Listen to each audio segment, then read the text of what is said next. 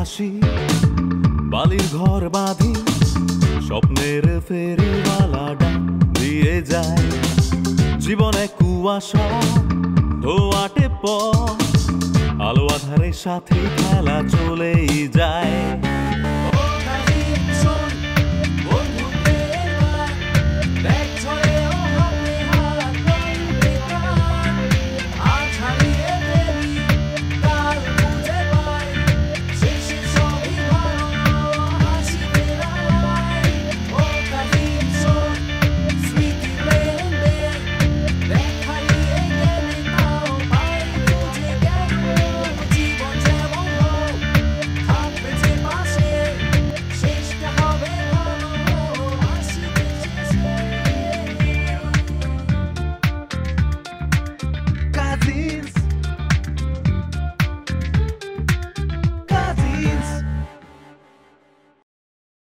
না রে, আমার সাথে আরেকজন আছে, আমাকে যেতে হবে।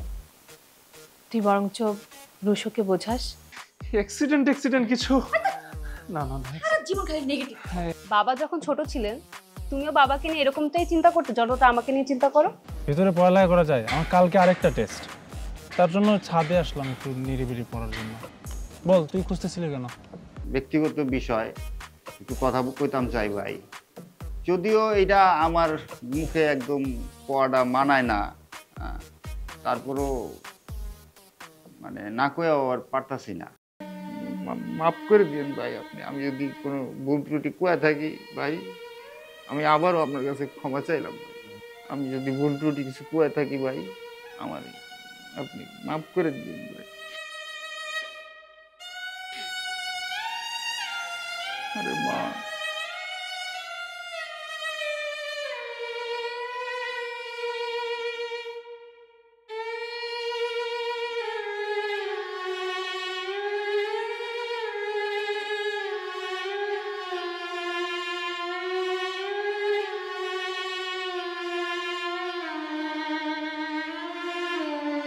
কে বোঝাইতে গেছে তোমাকে?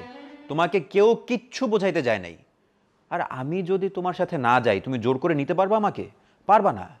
আর তোমার তো তাও অভ্যাস আছে আইন আদালতের দিকে যাওয়ার। তুমি বাবার সাথে যেটা করছো ওটাই করতে চাও আমার সাথে। বাবার সাথে যেটা করছো ওটা তুমি আমার সাথে পারবা না। বাবার সাথে পারছো বলেই ওটা হয়ে যাবে, ব্যাপারটা এরকম না।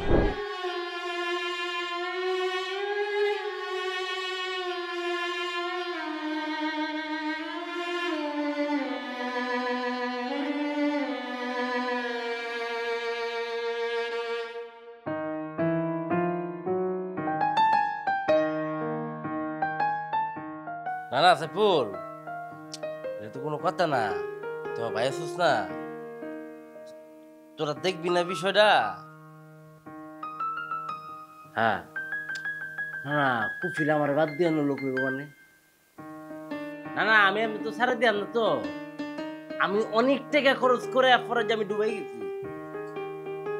আমার অনুপস্থিতিতে আমার গুটিবা দিব, তোরা বয়ে থাকবে তো চলতো না। তুই ম্যানেজারের বুঝা ক হেনার জন্য আমার ওয়া কুফিলটা বুঝায়, বুঝছস? আমি দেশে একটা ভেজালে ফুরে গেছি, আমি শেষ করে পরে আমি আবার কি, ঠিক আছে? তুই তো আমার ভাই ব্রাদার নাকি না দূরের কেউ আমার? তোর লাগি করছি না আমি, তুই আমার লাগে কর। আচ্ছা আমি পরের কথা কই, বুঝছস? যেটা কইছি এলা কর। ওকে রাখি এখন। কেডা আইলো সময়? হ্যাঁ কে?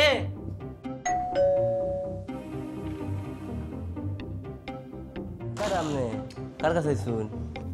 আমি অ্যাডভোকেট শামসুদ্দিন হায়দার। তা আমি তো আসামি না। আমি জানি আপনি আসামি না। আমাকে ময়মনসিংহের মোতালেব সাহেব ফোন করেছে। হ্যাঁ আমার আব্বা, আমার আব্বা কোনো জামাল হয়েছে? বিচেন বিচেন বিচেন আন বিচেন আপনি।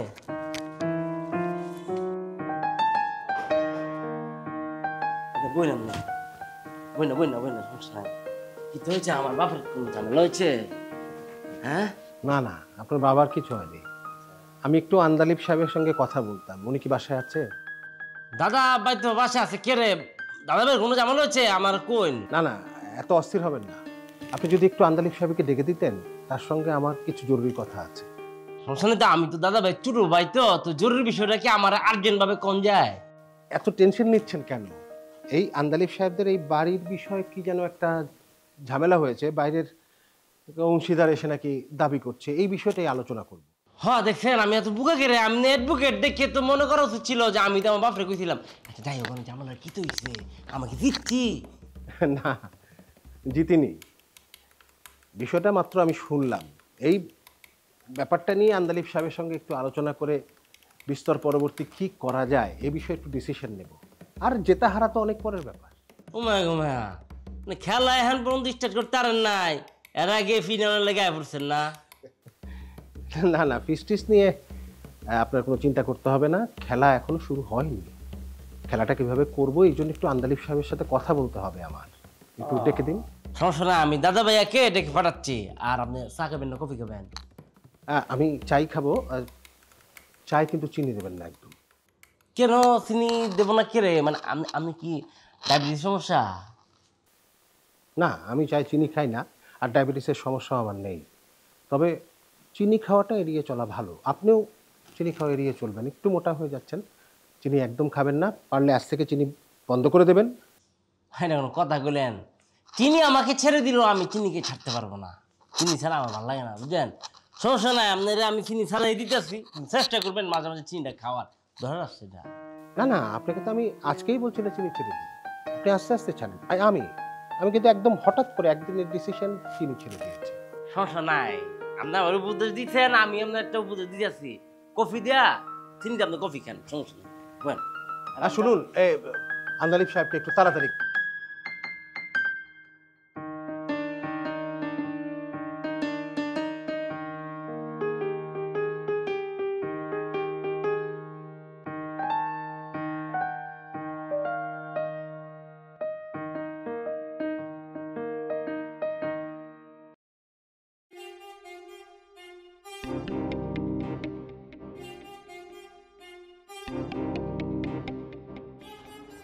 ইসমাত, ইসমাত, এদিকে আছো বোন, এদিকে আছো, এদিকে আছো, এদিকে আছো।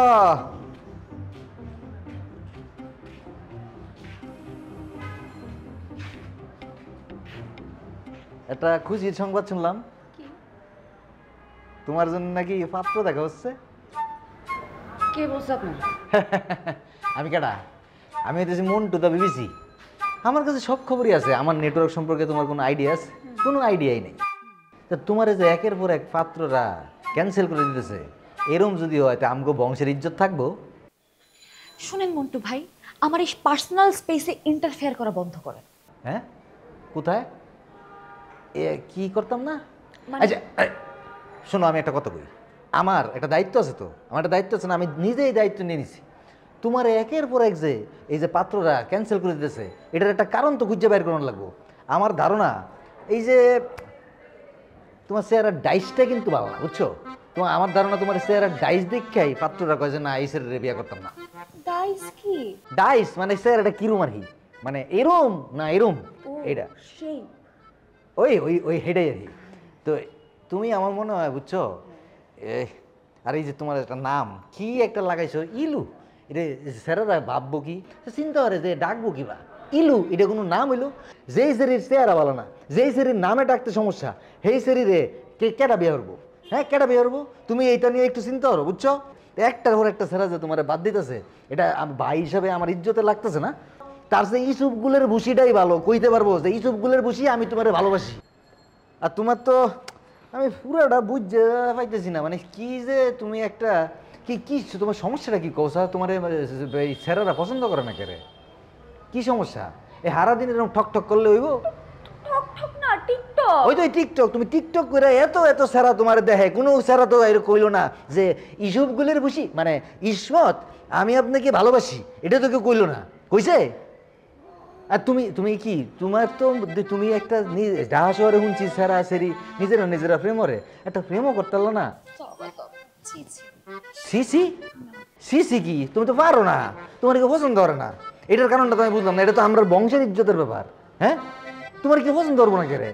শুন, আমি তোর একটা কথা কই, এই যে বয়সকালে বিয়ে নইলে পরে দেখা যাবে বুড়িয়ে গেছিস গা, যখন বুড়ি হয়ে যাবে তখন তার পাত্র পাইবে না, কি করবে না করবে উল্টা পাল্টা একটা পাত্রে দেখে বিয়ে হারালবে, জীবনে যাব তেজপাতা একদম শেষ হয়ে যাবে জীবন, বুঝছাস?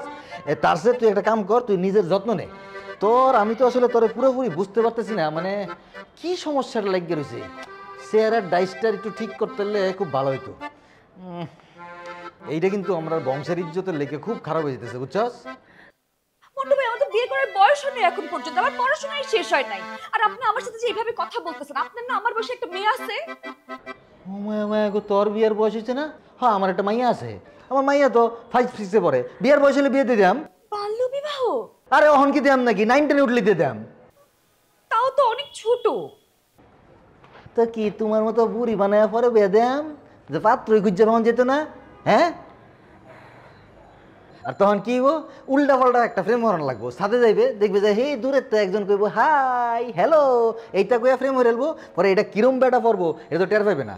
হন, আমরা বংশের ইজ্জত যদি রাখতে চাস তাইলে তুই তোর চেহারাটা প্রথমে একটু সুন্দর কর। এই যে কি কি যে মাখে, হ্যাঁ এইডি মাখ, সারাদিন যে টিকটক করস, কি লাভ, কি কোনো লাভ হইছে?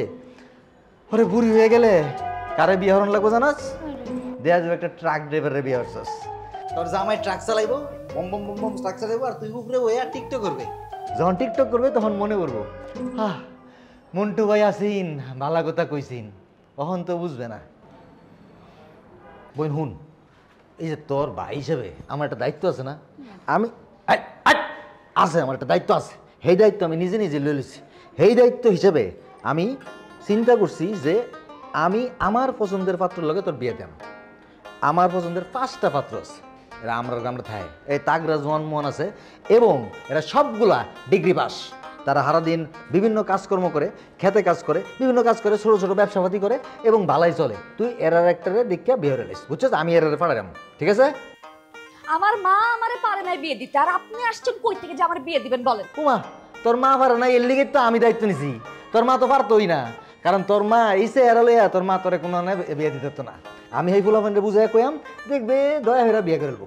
আপনার পছন্দের পোলাকে আমি গুলি মারি, আপনি আমাকে অসম্মান করতেছেন, আপনি আমাকে বডি শেম করতেছেন, আপনার পাত্র আমার দরকার নাই, আপনি একটা খারাপ লোক। খারাপ কিন্তু তোর ভালো চাই, এই ভালো চাই দেখ কি কইতেছি, চেহারাটা একটু যত্ন নে। খুব খারাপ, খুব। যা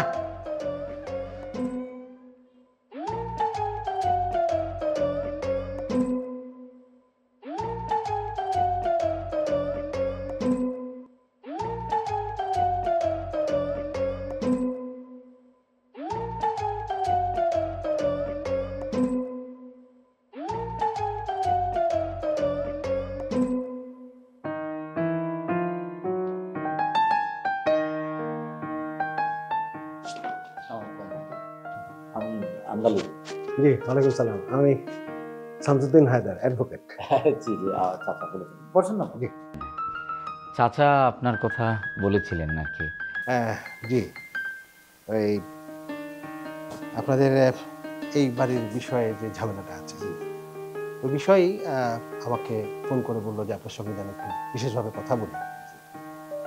আপনার এই জায়গা সম্পত্তির বিষয় নিয়ে আমার বাবা, মানে আমাদের ল ফার্ম আর কি, প্রায় 3 প্রজন্ম ধরে আপনাদের দেখে আসতেছে। জি জি জি, মানে আপনার দাদার দ্বিতীয় পক্ষের লোকজন নাকি এখন একটু এই বিষয়টা নিয়ে একটু ঝামেলা শুরু করেছে, সম্পত্তিটা নিয়ে। হ্যাঁ, মানে ঝামেলা বলতে কি যে, হ্যাঁ ঝামেলাই বলতে পারেন, এক ধরনের ঝামেলাই। এটা যে মানে হয়েছে কি যে আমি না এইসব বিষয় নিয়ে আগে কখনো চিন্তা করিনি, যে বাড়ির কাগজপত্র কোথায় আছে, দলিল কোথায় আছে, চিন্তা করিনি, মানে কি দেখার প্রয়োজন বোধ করিনি। এখন তো যে সিচুয়েশন তৈরি হয়েছে, একটু দেখতে হবে আর কি, যে কিভাবে কি করা যায়। এই জন্যই আর কি, মানে আমি, এটা তো আসলে আপনার পারিবারিক বিষয়, এই বিষয় নিয়ে আপনি কখনো ভাববার অবকাশও হয়নি। যা কিছু আপনাদের সমস্যা সম্পত্তির আমার বাবাই দেখাশোনা করতেন, এখন আমি করছি। আপনারা কখনো এই বিষয় নিয়ে টেনশনও করেন নাই, আগেও হয়নি। আচ্ছা, আপনাদের এই বাড়ির কাগজপত্র সব ঠিকঠাক আছে? সব আপনার কাছে আছে? আমি তো খুঁজে পাচ্ছি না। যখন ঝামেলা তৈরি হলো তখন থেকে খোঁজা শুরু করেছিলাম, কিন্তু এখনও পাচ্ছি না। আমি চাচার কাছেও খোঁজ নিয়েছি যে বাড়িতে আছে কি না। তখন আসলে সম্পত্তির ভাগিদার টাগিদার তেমন কেউ হয়তো তৈরিও হয়নি, আসেও নাই। কিন্তু আপনি চিন্তা করবেন না, আমি আন্তরিকভাবে আপনার সমস্ত কাগজপত্র খোঁজার ব্যবস্থা করব। কিছু কাগজপত্র আপনার চাচা আমাকে পাঠিয়েছে, সেটা আমি দেখছি, কিন্তু আরও কিছু ইম্পর্টেন্ট কাগজ যেটা আসলে এই কেসটার জন্য খুব দরকার ছিল, সেটা আমাকে খুঁজে বের করতেই হবে। আপনি টেনশন নিয়েন না, আমি ডে টু ডে আপনাকে আপডেট দিচ্ছি। না, টেনশন করছি না, বিষয়টা মানে টেনশনেরই তো, বাট ভাবছি যে কিভাবে এটা সলভ করা যায়। কারণ মানে আমার মানে কাজিন মানে মন্টু ভাই যেভাবে এসে আমার সাথে দাবি করছে, তো বিষয়টা তো একটু টেনশনেরই। আচ্ছা, যদি সত্যি সত্যি আমার দাদা জমিটা কিনে থাকেন, তাহলে তো মন্টু ভাই এই জমির ভাগিদার পাবেন, তাই না?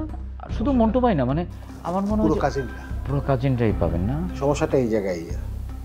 আমি যতটুকু জানি যে আপনার বাবা ইউরোপে ছিলেন সেই সময়। জি। আপনার বাবা সে সময় টাকা পয়সা আপনার দাদাকে পাঠিয়েছেন। জি। আর যেহেতু আপনার বাবা বিদেশে তখন থাকেন, এই জায়গাটা সম্ভবত আপনার দাদা নিজের নামে কিনেছিলেন, মানে উত্তরার এই জায়গাটা। এখন আপনার দাদা মারা যাওয়ার পরে সেটা আপনার বাবার নামে আপনার দাদা উইল করে দিয়ে গেছে বা কিংবা ট্রান্সফার করে দিয়ে গেছে কিনা, এটা একটু দেখার বিষয়।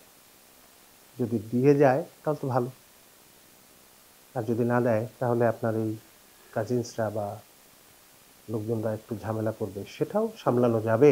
আগে কাগজপত্রটা কি অবস্থা আছে এটা একটু দেখা দরকার। ঠিক আছে হাজার ভাই, থ্যাংক ইউ সো মাচ, আপনি আসছেন। মানে আমার না একটু বাইরে একটা মিটিং আছে আর কি, তো আপনি বসেন, আমি চা নাস্তা করে তারপরে আপনি বের হন। আপনি কষ্ট করে আসছেন, আমার তো যেতে হবে আর কি।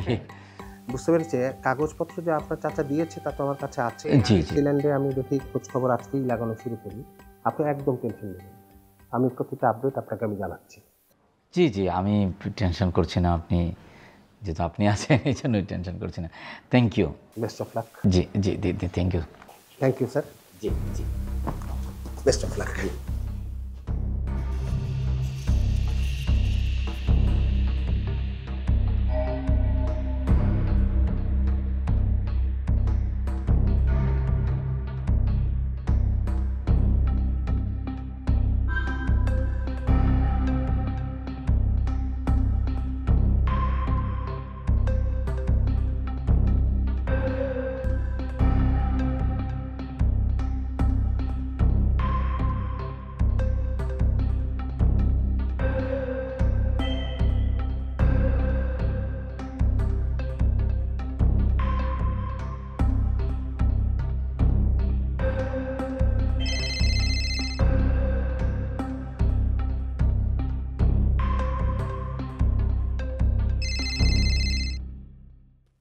হ্যালো, কে বলছেন?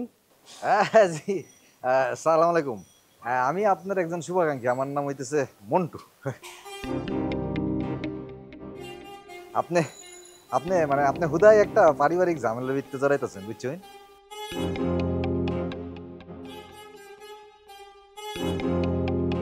আপনি জানেন কাকে ফোন দিয়েছেন আপনি? জি জানি, আপনি উকিল সাহেব।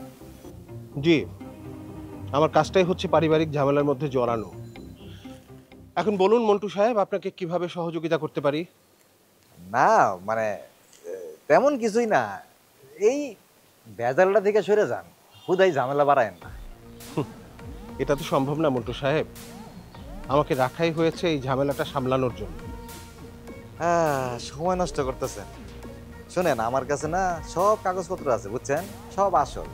দরকার হইলে আমি আপনারা দেখাইতে পারি। কোনটা আসল কোনটা নকল সেটা বোঝার শিক্ষা কিন্তু আমার আছে। আমার অযথা সময় নষ্ট করবেন না।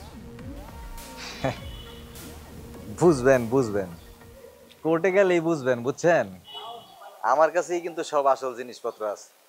এই আমরা বাইরা জায়গা সম্পত্তি নিয়ে ঝগড়া করতেছি আর পাড়া প্রতিবেশী হাসতেছে, এইটা কি ভালো দেখা যাইব? এই জন্যই আমি আদালত পর্যন্ত যাইতে চাই না, তাই কইতেছি ভেজালটা থেকে সইরে গেলে ভালো হইতো। আপনি আপনার হক আদায় করার জন্য আদালতে যাবেন, এতে লজ্জার কি আছে? লোকে কি বললো না তার জন্য কি আপনি আদালতে যাবেন না? আসেন, ওই আদালতে আমিও আছি। না মানে হইতেছি কি, আমি কইলাম যে মানে মনে হলেন যে এই যে হুদাই আদালত পর্যন্ত আমরা যাইতেছি, আপনার অত খরচ হইতেছে, কষ্ট হইতেছে, আমরার অত খরচ হইতেছে, নানা রকম ভেজাল, এই কাগজপাতি হেন তেন কত কিছু। তার চেয়ে এইটা যদি আমরার ঘরের ভিত্তিতে বইয়া সমাধান করে লাই, এটা ভালো হইতো না? না, ভালো না। তাতে আমার লাভটা কি? লাভ? লাভ আমি আছি না, আপনি আমার বিশ্বাস করতে পারেন, আমি মন্টু, বুঝছেন? আমি আপনার লাভ দেখাম, আমি আপনার পাশে আছি। ধন্যবাদ মন্ত্রী সাহেব। আপনি আমার পাশে না থেকে আপনি আপনার পাশে থাকেন। ধন্যবাদ, ফোনটা রাখি।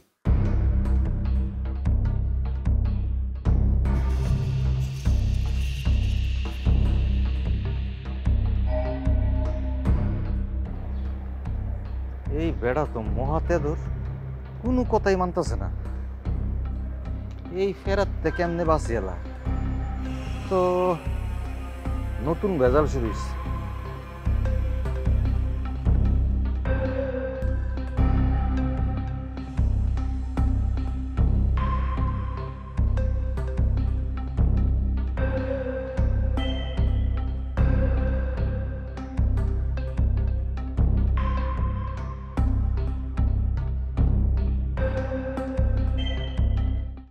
আপনি আপনার দাদির সাথে দেখা করবেন সেই আশায় আমি এখানে এসেছিলাম। এখন আপনি যদি আপনার দাদির সাথে দেখা না করেন, আমি তো আর আপনাকে জোর জবরদস্তি করতে পারি। এই যে কত কষ্ট করে টাকা পয়সা ফাটায় তোর ফাড়ার লাগে, জমি বেচছে আমার ডুবে ফাটাইছে ভবিষ্যতের লাগিয়া, কিন্তু আমি কি ফাটছি? আর নিত কি কইতাছো ভাই? তার মানে দলিলে কি তারা অংশীদার? দলিলে কি আছে সেটা তো জানি না, মানে তারা দাবি করছে, সে এখন দাবি করছে আর কি।